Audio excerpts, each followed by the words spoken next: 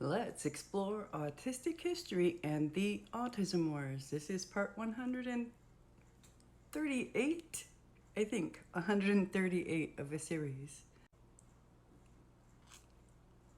Okay, so in the last video, I left off with autistic person Laura Tyson 6 speaking or making a statement. They posted a statement about the Hear Their Silence rally that was following the congressional autism hearing that was happening on April 6th of 2000. So this rally was planned for the following Saturday after this. And let's talk a little bit about power here, the power and privilege of these parents of these autism organizations, these parent-founded autism organizations. Their connection to power is so vastly different than autistics. And so let me share with you one last testimony by Shelley Reynolds. She is the founder of the autism organization Unlocking Autism that was a big part of getting this rally off the ground in Washington, D.C.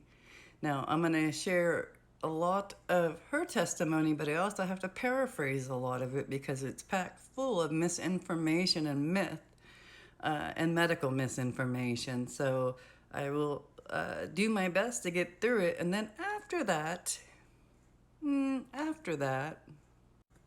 the next video or two, I'm going to share where are they now with the Shelley Reynolds. I really, after reading this, had hoped in the last 23, 24 years, there might have been an evolution of understanding and change, right?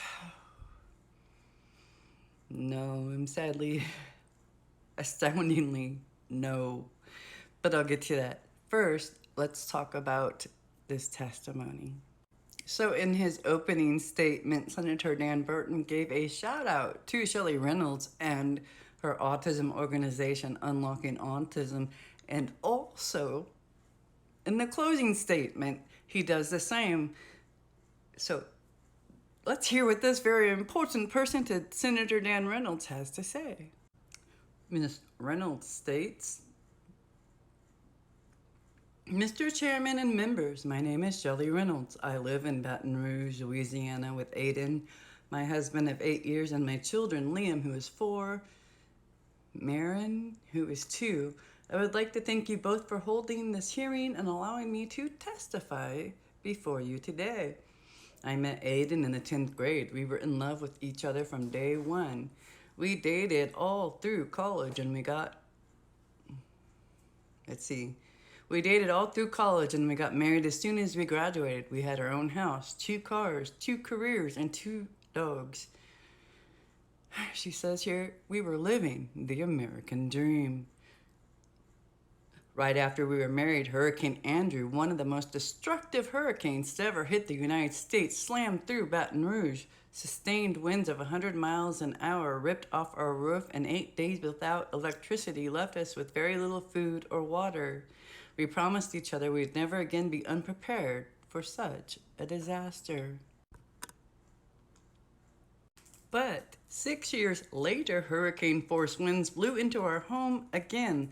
This time the disaster was the diagnosis of autism.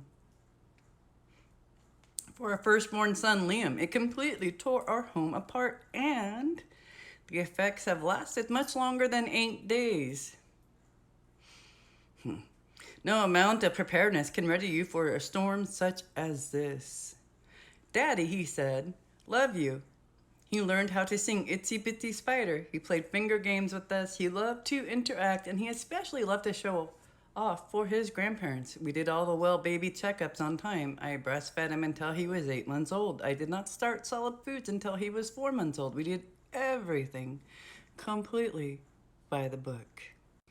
But when he was 17 months old, shortly after he received these preventative medications at the doctor's office, paraphrasing here, he started exhibiting some different behaviors. He was constantly taking off his shoes. He screamed if we undressed or dressed him. He would stare for hours in front of the television and would not move if you blocked the view. He could not tolerate playing in the sandbox anymore. He did not want to sing any of his favorite songs. He would cover his ears and scream, no. Sounds like sensory overload, big time. We assumed he was just asserting his independence since he was almost 2. And somewhere along the way, he developed chronic non-specific diarrhea. Okay, non-specific it is. I lost my spot. One moment. All right, so he had this non-specific diarrhea, sometimes 8 to 10 times a day, and still suffers from that 3 years later. By April 1998, I realized that Liam was no longer saying mama or daddy or love you. So I took him for a speech and language evaluation. They told me that my 27-month-old child had the language capacity of an 8-month-old. My children didn't speak till 5, 6, or 8. 27 months seems really young, but okay. I have no idea what's typical, I guess. This was a child who only months before would chime in E-I-E-I-O at the appropriate moment when singing Old MacDonald. What happened to our beautiful baby boy, and how could we help him? My husband and I decided to become advocates and work for increased funding for autism research and awareness. The answers may not come in time to help our son, but we are hopeful that we can persuade you to see the need for intensive research regarding this disorder, which is affecting more and more children every year. Mind you, she's not speaking about classic autism here. She's speaking to the newly invented about acquired autism. So, yeah. In Liam's case, we have no doubt that he developed autism as a direct result of visiting a doctor's office for his checkup. Ad-libbing again. And personally, if I could strike the belief that my son's autism sprang from a routine visit that I held him down on a table for, and he had to go back to the Russian roulette of genetics, I would take it in a heartbeat, because the pain of knowing that I inadvertently caused him harm due to blind trust in the medical community, or a matter of inconvenience of yet another office visit, taking time away from my job, is nearly unbearable. I'm going to skip forward through a lot of medical misinformation, conjecture, and manipulation. Emos. Let's see. And I always break down into these. Okay, here we go. Through our organization, I'm going to pick it back up there. Unlocking Autism. We have talked with thousands and thousands of parents from across the country, and their story is the same. Child is normal. Child goes to the doctor's office and gets that preventative thing. Child disappears within days or weeks into the abyss of autism.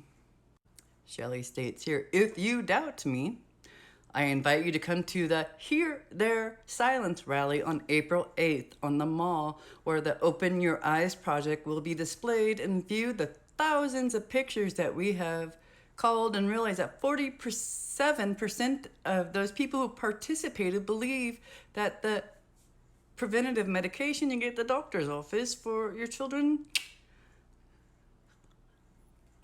Anyhow, 47% of them believe that caused their child's autism. Parents like me are relying on you to demand that the companies retrace their steps once again, and that these public health community look at the possibility that these things might indeed not just be coincidence. Anyhow, here's more fear-mongering. We fear that it is possible that while seeking greater monetary profits, there may be some who have lost sight of the medical community's original goal regarding all of this, to protect children from harm. I know my children, and I know what happened to my son. Here we go. Here's some movie script writing. As far as I am concerned, the needle that silently slipped into my baby's leg that day became the shot heard around the world. Ends it with a thank you. All right, that wraps up this video. Thank you for exploring some autistic history with me. We are going to jump right back into the year 2000. This is a very important year, and the legislation that's getting passed is very important.